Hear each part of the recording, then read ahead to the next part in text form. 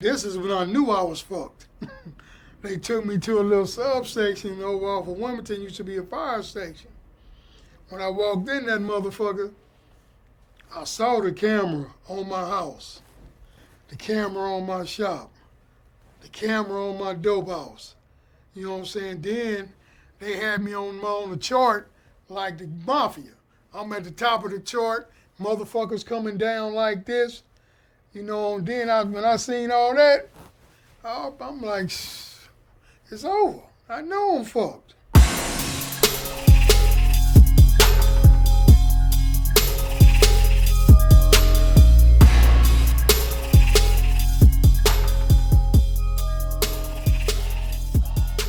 Before I even started gang banging, I was fascinated, by the gangster shit. When I first started, I was 11. I didn't want to hang with the homies my age, so I had to step my game up, put my work in and do what I had to do to get recognized by the big homies so they could be like, yeah, that's a down little motherfucker, he gonna kick it with us.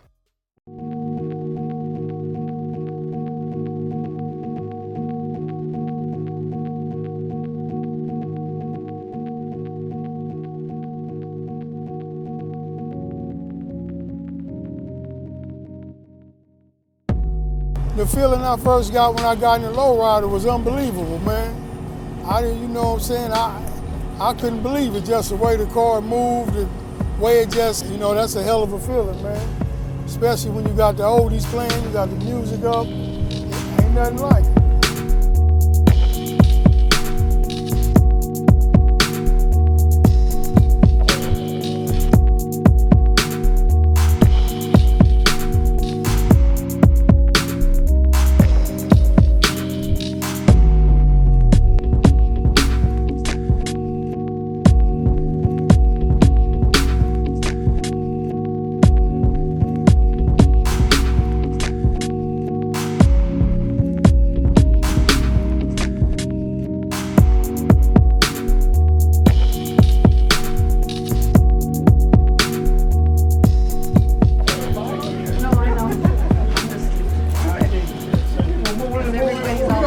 Man, you in the way.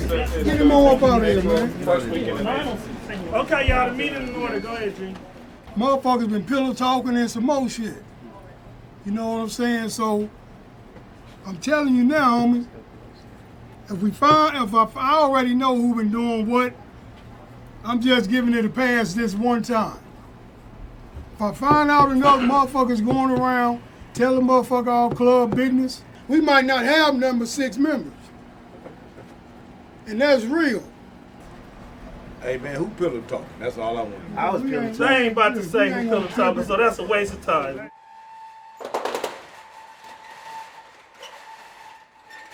I love lowriding, you know what I'm saying? I don't give a fuck if I live to be 120, I'm gonna be on the passenger seat of one of my great-great-grandkids while he's driving, you know what I'm saying? Because, that's what I love. Ain't nothing like lowriding. I done spent at least, shit, man, I probably done spent about $1 million, man. Yeah, it was worth it. Because that's what I love. Anytime you're doing something you love, it got to be worth it.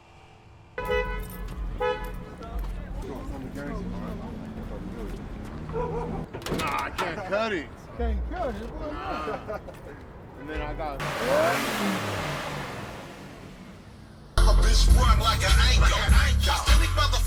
That car right there is clean. It wouldn't even qualify for my car through because it ain't clean enough. This guy got to be immaculate. You know what I'm saying? Something like that. See how he got that plaque in the back window? You couldn't even be. That's trash. You know what I'm saying? The only way you can get a plaque from her, the whole car got to be complete. Inside and out, paint, interior,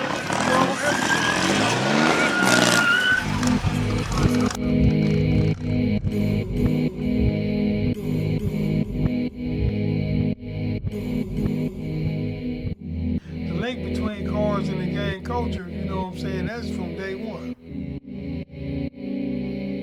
Lowriding was an escape for gang members because it was something else to do. You know what I'm saying? You wasn't just hanging around the neighborhood or going in somebody's neighborhood looking for somebody to shoot or beat up. You know what I'm saying? It was a relief. You could have fun. You could do something else.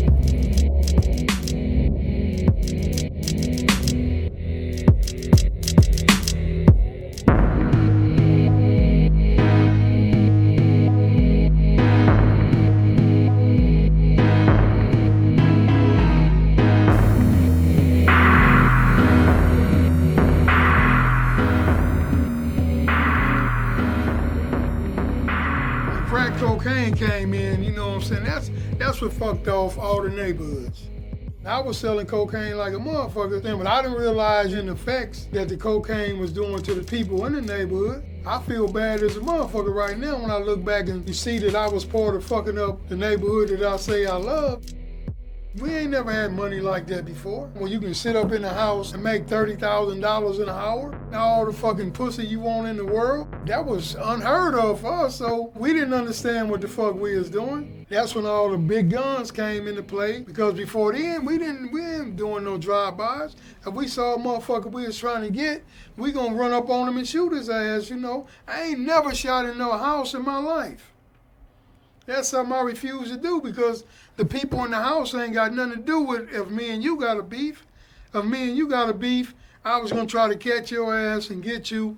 If I see you at a store, you with your mama, you with your girl, you with your kid, I wouldn't even do nothing. I'd just look at you and shake my head, and you would know, motherfucker, I'm giving you a pass, because you with your people, and they ain't got nothing to do with it. We had rules to this shit. When I got busted, I had my little son with me at the time, you know what I'm saying? He was 4 years old. They didn't have to arrest me in front of my son. That's why I was be like, fuck him. Because I used to say, you know what? I'd rather be in fucking jail than broke. Fuck that. But when the motherfucker sitting in that fucker, I was like, shit, I was out of my fucking mind.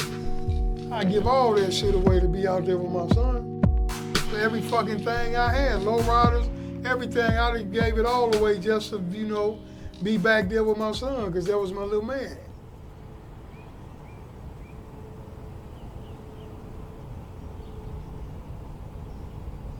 When I look back on all the people that I lost that's dead, then all the people that I lost is in jail, man, it's like unfucking believable. And I know that I'm blessed to still be here.